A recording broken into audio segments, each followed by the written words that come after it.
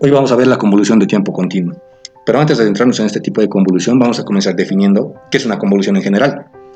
Esta es una operación matemática que combina dos funciones para describir la superposición entre ambas, y se realiza multiplicando los valores de las funciones en todos los puntos de superposición y sumando los productos para crear una nueva función. El símbolo con el que se representa esta operación es el asterisco.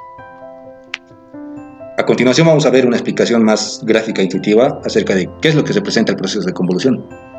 Si nosotros tenemos dos funciones, una función g pintada de color rojo y otra función f pintada de color azul, y ambas en este caso tengan una amplitud de 1 y están determinadas únicamente para determinado instante de tiempo, y las graficamos ubicando nuestra función f en el centro y ubicando nuestra función g desplazada hacia la izquierda, e iniciamos un proceso de desplazamiento de nuestra función g hacia la derecha, vamos a poder observar que para determinados instantes de tiempo nuestras dos funciones se superponen, creando un área de color blanco entre ellas. Esta área de color blanco para cada instante de tiempo es la que se conoce como la superposición para ese instante.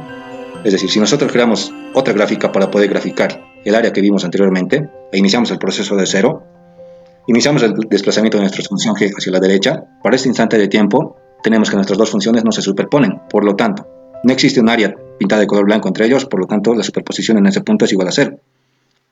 Continuamos el desplazamiento. Para este punto tenemos que el área ya está pintada de color blanco y se define como la base multiplicada por la altura. Como la base es igual a 1, la altura es igual a 1, tenemos que la superposición en ese punto va a ser igual a 1. Si continuamos con el desplazamiento de nuestra función g hacia la derecha, nos encontramos que ahora nuestras dos funciones se superponen completamente. Por lo tanto, podemos calcular el área de color blanco que viene definido por la fórmula del rectángulo, que es base por altura, donde la base es igual a 2 y la altura es igual a 1. Por lo tanto, el valor de nuestra superposición, de nuestra convolución en ese punto va a ser igual a 2. Continuando con el desplazamiento, para el siguiente punto, volvemos a calcular el área de color blanco, que es donde se superponen nuestras dos funciones, y vemos que está definido por 1 por 1. Por lo tanto, el valor de nuestra convolución en ese punto va a ser igual a 1. Continuando con el proceso, para este instante de tiempo, podemos ver que ya no se superponen nuestras dos funciones. Por lo tanto, no existe un área entre ellos y el valor de la convolución va a ser igual a 0. Si repetimos este proceso, pero con intervalos de tiempo más cortos, vamos a obtener el siguiente resultado, donde podemos ver que el área ya va tomando forma de una función.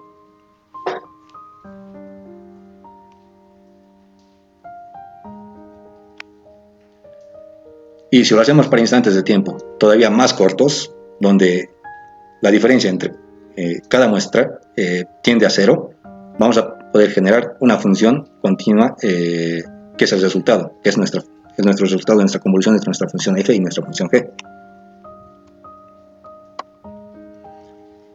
Algunas de las aplicaciones que tiene la convolución y entre las que nos encontramos es el filtrado de señales, donde se aplica a señales que tienen bastante ruido y nosotros podemos eliminar dichas interferencias para poder obtener nuestra función original. Esto se aplica en lo que es la cancelación de ruido, para poder eliminar el ruido externo y del ambiente que se genera a la hora de la transmisión desde nuestro dispositivo hasta nuestros auriculares. Otra de las aplicaciones que tenemos es el reconocimiento de imágenes, donde antiguamente lo que se hacía o lo que se intentaba hacer para realizar el reconocimiento de imágenes es pasar nuestra imagen de entrada directamente a una red neuronal. Pero los resultados que se obtenían con ese tipo de aplicaciones no eran buenos. Entonces lo que se ideó es agregar una capa de convolución, es decir, nuestra imagen de entrada, lo primero que hace ahora es pasar a la capa de convolución, donde lo que se hace es determinar los patrones de los bordes que tiene la imagen, y esta imagen nueva que viene dada por los bordes principalmente, es la que se pasa a la red neuronal para poder hacer el reconocimiento de las imágenes. La definición matemática de la convolución viene dada por la siguiente. Para poder calcular la convolución en tiempo continuo entre una función f definida al tiempo y otra función g en función del tiempo, su convolución evaluada para un instante de tiempo t igual a tau viene dado por el siguiente proceso. Lo primero que tenemos que hacer es reflejar nuestra función g en función del tiempo, teniendo que nuestra función g ahora se convierte en nuestra función g evaluada en menos t, es decir, reemplazamos t por menos t, simplemente. Luego, a la función g evaluada en función del tiempo se la retrasa en tau unidades, es decir, como ya teníamos nuestra función reflejada, ahora lo que hacemos es reemplazar nuestra t por t menos tau. Luego se multiplican las funciones, es decir, multiplicamos nuestra función original f en función del tiempo por la función g, retrasada y reflejada. Y lo que hacemos ahora es calcular el área de este producto, que viene dado por la siguiente ecuación, donde nos dice que el área para determinado instante tau viene dado por el límite cuando t tiende a infinito, desde menos t hasta t, es decir, desde menos infinito hasta infinito, de nuestra función f multiplicada por nuestra función g, evaluada en menos t y menos tau, es decir, reflejada y retrasada. Esto respecto del tiempo. Este cálculo lo tenemos que hacer para cada instante de tau que queramos calcular, es decir, si queremos calcular el rango completo de nuestra función, tenemos que realizar este proceso para tau desde menos infinito hasta más infinito. Y si deseamos calcular la convolución entre f y g para todo instante de tiempo t, lo que tenemos que hacer es un cambio de variable. Ya no utilizamos nuestra t, sino a toda nuestra t la reemplazamos por tau, y a toda nuestra tau la reemplazamos por t. Aplicando esto en la ecuación que vimos anteriormente, que es esta, tenemos que, reemplazando nuestras t por tau y nuestras tau por t, tenemos la siguiente expresión, donde en este punto podemos distribuir nuestra multiplicación por menos 1, teniendo la siguiente ecuación, que es la definición de la convolución en tiempo continuo. Es decir, la convolución entre f y g, evaluada para cualquier punto, es igual al límite desde t igual a infinito, donde t tiende a infinito, desde menos t hasta t, de nuestra función evaluada en tau, multiplicada por g, evaluada en t menos tau. Esto respecto de tau. Continuando con la disertación de mi compañero, ahora veremos la interpretación de la convolución en tiempo continuo. La convolución en tiempo continuo es una operación matemática que nos permite analizar cómo una señal se modifica cuando pasa a través de un sistema. La forma en que se lleva a cabo esta operación puede entenderse en términos de deslizamiento y superposición o en términos de respuesta de un sistema a una entrada. Ahora veremos el deslizamiento y superposición. Imaginemos que tenemos dos funciones, f de t y g de t. El proceso de convolución implica los siguientes pasos. Invertimos una función, usualmente es g de t, lo que nos daría g de menos t.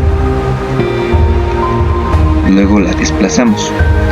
La función invertida se desplaza en el tiempo mediante un parámetro tau, que lo vamos a representar acá, se desplaza.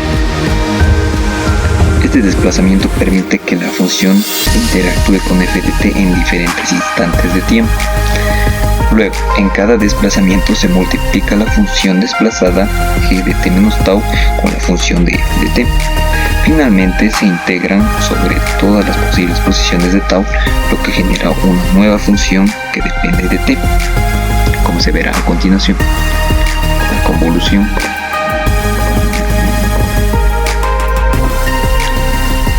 Se empieza a desplazar g de t e interactúa con f de t y sale una nueva función, y de t, que es la convolución de f convolucionada con g.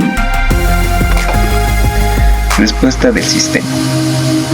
En sistemas lineales e invariantes en el tiempo, LTI, la convolución se usa para calcular la salida de un sistema ante una entrada determinada.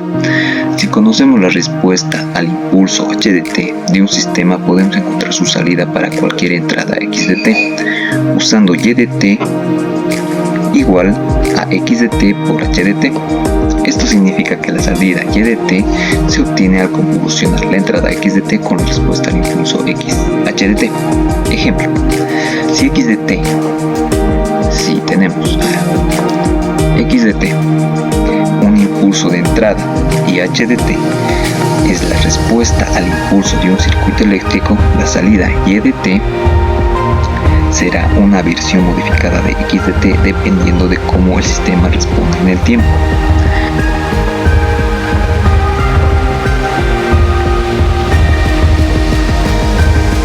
f f de t es un pulso rectangular y g de t es una función exponencial. La convolución de ambas produce una señal suavizada que puede interpretarse como una respuesta de un sistema de pulso en entrada. Ahora veremos las propiedades importantes. La conmutatividad. La convolución no depende del orden de las funciones. Si intercambiamos f de t y g de t, obtenemos el mismo resultado, como se ve a continuación.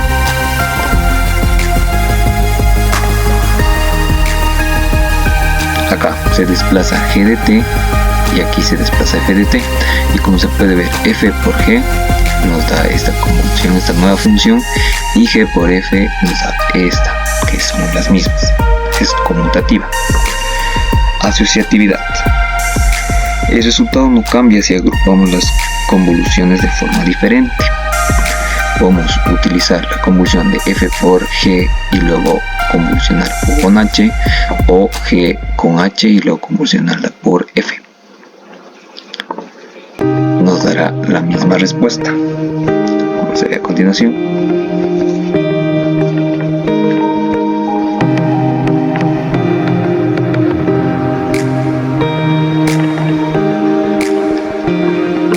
Ahora la distributividad.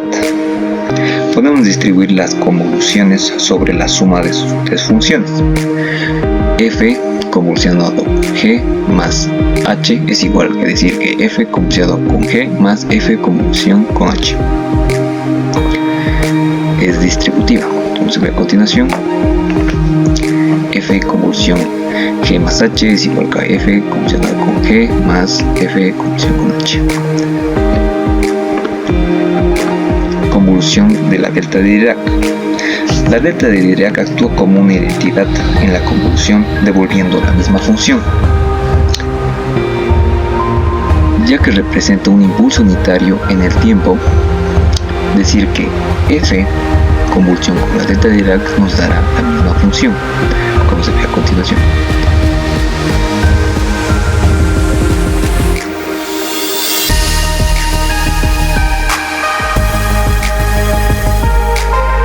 Entonces nos devuelve la misma función, convolucionarlas. Ahora veremos un poco del código de simulación. Empezamos con clear, close, cerramos ventanas, limpiamos comandos, todo. Definimos el tiempo. El vector de tiempo desde menos 10 hasta 10 con un paso de 0.1. Los pasos para la integración de 0.1. Esto define el tamaño de delta que se usará para la integración. Para calcular la convolución es el paso temporal en cada iteración. Definimos las funciones, que es un pulso rectangular y esta es la función exponencial. Iniciamos el resultado de la convolución. Esto crea un vector con el mismo tamaño que el vector de tiempo t. Este vector almacenará los datos de la convolución. Preparamos la figura, graficamos. Su plot indica que define que se va a crear una figura de 3 filas, una columna y en la posición 1, y los demás también. 3 filas, una columna en segunda posición, 3 filas, una columna en la tercera posición. La parte del bucle simula el desplazamiento, tau igual a ti, punto actual de tiempo. Esta parte invierte el desplazamiento, como dijimos que una señal sí o sí se tiene que invertir. Esta es la que se invierte, ¿no? Multiplica la multiplicación por f de t por la función invertida. Ahora acá, esta es la aproximación en integral. Como no se utilizó el comando conv de convoluciones, utilizamos una suma.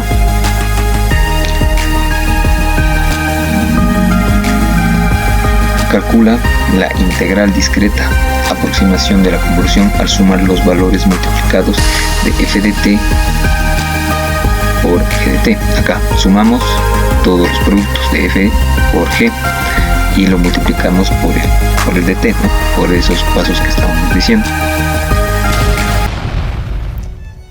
Ejemplos y aplicaciones.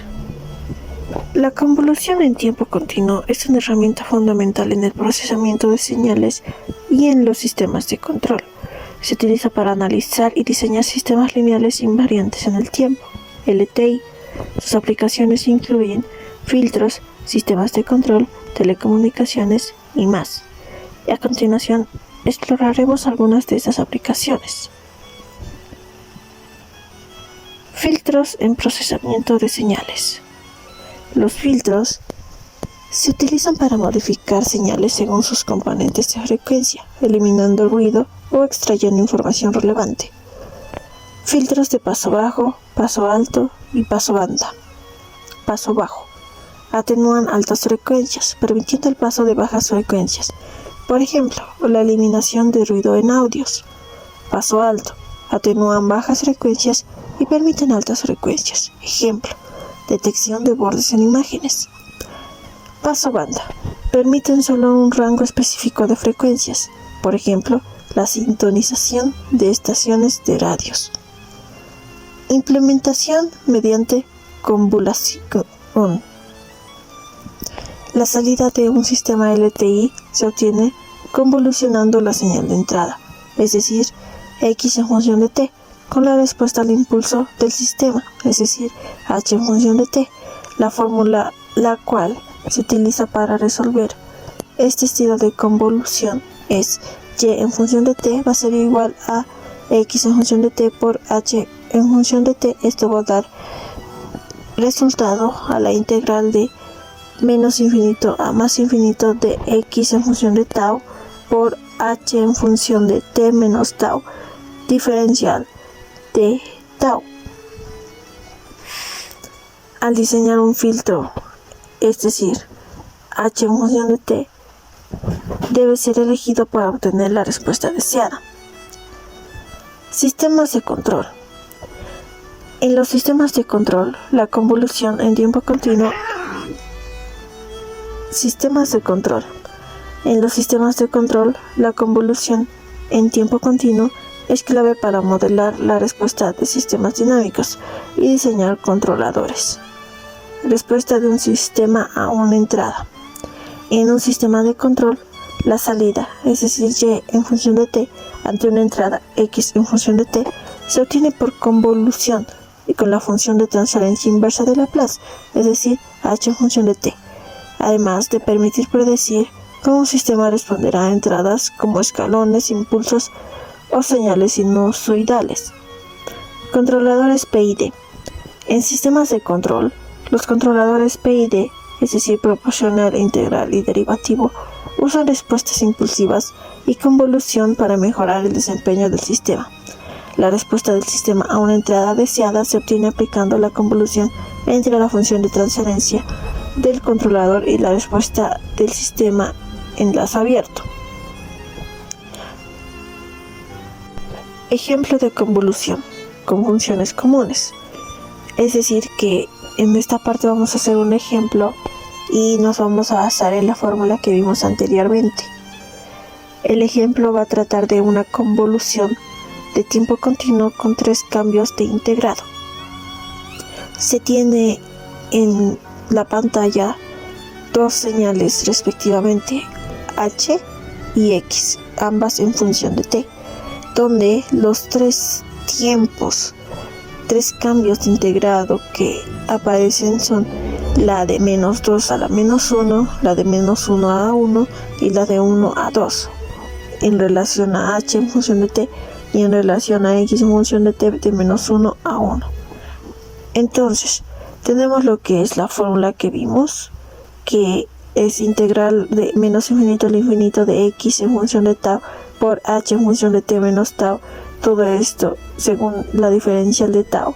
También es equivalente a decir de que la integral de menos infinito a más infinito va a ser igual a H en función de tau por X en función de T menos tau. Todo esto la diferencial de tau, donde de repente por la manera de verlo cumple lo que es una propiedad, y que según la figura de H en función de T conviene de que en vez de H en función de T menos tau sea h en función de tau. Y de esa manera vamos a utilizar lo que es la segunda equivalencia. Ahora, todos los términos de ambas señales están en función del tiempo, es decir, de t. Esto lo tenemos que llevar a la variable de tau. Y eso es lo que podemos ver que va a ocurrir en la primera figura de h en función de t. Lo mismo pasa con x en función de t, pero aquí de repente es importante mencionar que al tomar la segunda equivalencia de x en función de t menos tau, también se puede decir de que x va a ser igual a x en función de menos tau más t, es lo mismo. Entonces, ya una vez definido eso, podemos decir de que esta va a ser una función par. Pero si no fuera una función par, es decir, si de repente es una función exponencial, se vería de esta manera, como resultaría. Está yendo de menos 1 a 1, x en función de t, y x en función de menos tau estaría yendo de menos 1 a 1. Y desplazamos la variable t, sería así. X en función de t menos tau va a ser igual a t menos 1 y t más 1. Además de decir de que esta variable de t menos tau la podemos denominar lambda. Y lo que podemos hacer para estar seguros de que esto es correcto, podemos hacer una verificación por puntos. Entonces, suponiendo que lambda va a ser igual a 1, es decir, t menos tau va a ser igual a 1, tau sería igual a t menos 1, comprobando que efectivamente sucede así. Por otro lado, si lambda es menos 1, y haciendo la equivalencia de que t menos tau va a ser igual a menos 1, tau tendría que ser t más 1, comprobando que efectivamente es así. Entonces esto resulta ser verídico. Y oficialmente quedarían lo que es estas dos señales, ya en función de tau.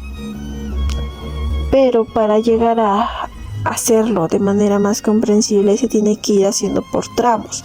A eso se refiere una convolución en tiempo continuo, que la convolución tiene que ser según tramos. El primer tramo lo vamos a denominar tramo 1, y como pueden ver, la segunda señal, es decir, x en función de t menos tau, tiene que ir desplazándose lo que es en toda la señal de h en función de tau. Entonces, en el primer tramo está lo que es más arriba de menos 2. Es decir, si t más 1 está en esta parte de acá, tendremos que decir de que t más 1 tiene que ser menor a menos 2. Y además de que t tiene que ser menor a menos 3. Por ende, está fuera. Y y en función de t sería 0. En el segundo tramo podemos ver de que t más 1 tiene que ser mayor o igual a menos 2, pero a la vez tiene que ser menor o igual a menos 1. Entonces t tendría que estar entre menos 3 y menos 2.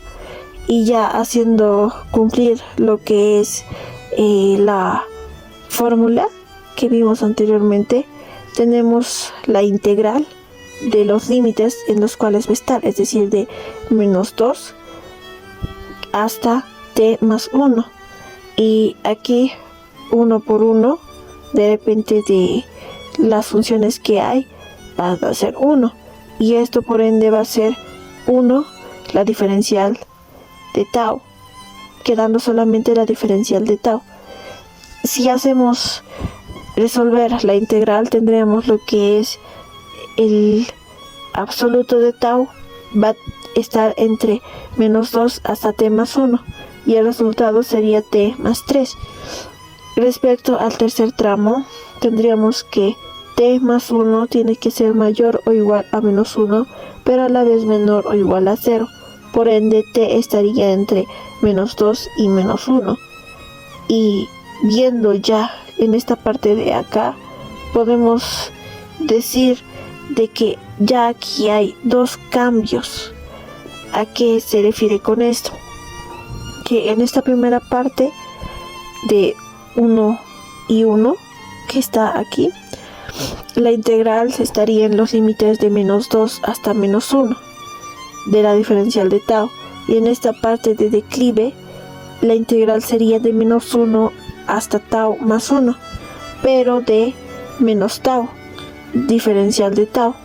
Y en esta parte ya son integrales, lo que se recomienda que para avanzar más rápido a los exámenes o parciales que incluso pueden llegar a haber en casos futuros, se dejen las integrales para último caso, porque muchas veces estas se pueden llegar a simplificar o a tener términos en común o hacerlo de alguna manera más corta.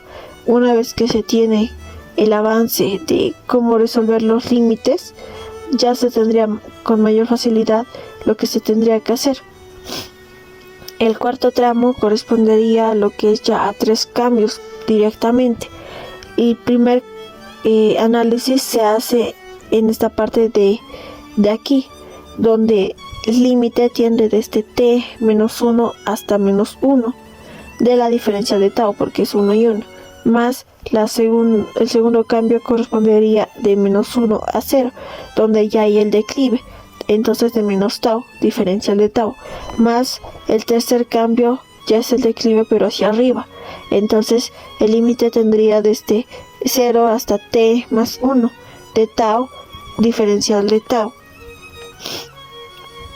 El quinto tramo correspondería también a 3 cambios, donde en la primera parte del límite sería desde t menos 1 hasta 0 de menos tau en función de la diferencial de tau, más 0 hasta 1 de la integral de tau respecto a la diferencial de tau, más de 1 hasta t más 1 en integral de la diferencial de tau. Con el sexto tramo ya solo serían 2 cambios. La integral desde menos 1 hasta 1 de tau, diferencial de tau, más ya aquí de esta función de 1 hasta 2 de la diferencial de tau. El séptimo tramo ya solamente estaría un cambio que correspondería a que t menos 1 tiene que ser mayor o igual a 1, pero a la vez tiene que ser menor o igual a 2, estando el t en un intervalo de 2 y 3.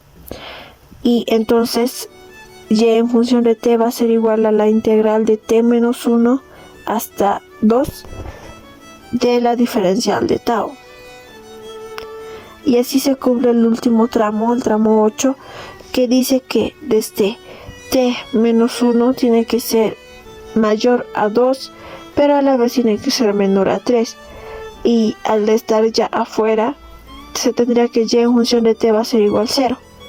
De esta manera tendríamos lo que es los intervalos entre estas funciones, que corresponderían desde menos 3 a 3, y cada uno tiene el periodo de 1, es decir, de menos 3 a menos 2 va a ser 1, menos 2 a menos 1, 1, y así cumple con 6.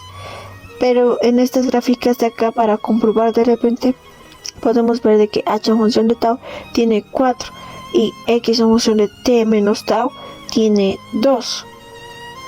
Y 2 más 4 va a ser 6, la misma cantidad que hemos podido sacar. Uso de herramientas computacionales, es decir, MATLAB. Aquí tenemos lo que es el código para calcular las integrales y dibujar con MATLAB. Se utiliza específicamente lo que es el comando Heaviside en la convolución en tiempo continuo, y esta permite modelar sistemas con señales activadas en tiempos específicos. Y además se utiliza lo que es int, que esta sirve para resolver la integral de convolución analíticamente. La graficamos y podemos notar que la gráfica corresponde ciertamente a lo que es a las señales que vimos anteriormente. Ventajas de la transformada de Fourier y Laplace para resolver convoluciones. haremos lo que es una comparación general. En el dominio de la transformada de Fourier se utiliza la frecuencia y en el de Laplace S. En el uso de la convolución en Fourier significa multiplicación como en Laplace. El manejo de condiciones iniciales Fourier no las maneja y Laplace las maneja bien. Y respecto a sus aplicaciones, Fourier utiliza en señales periódicas, filtros de telecomunicaciones y Laplace en sistemas de control, ecuaciones diferenciales. En Fourier el análisis de estabilidad solo funciona en el eje de J omega y en Laplace en todo el plano S. Y muchas gracias, recuerden suscribirse y darle like.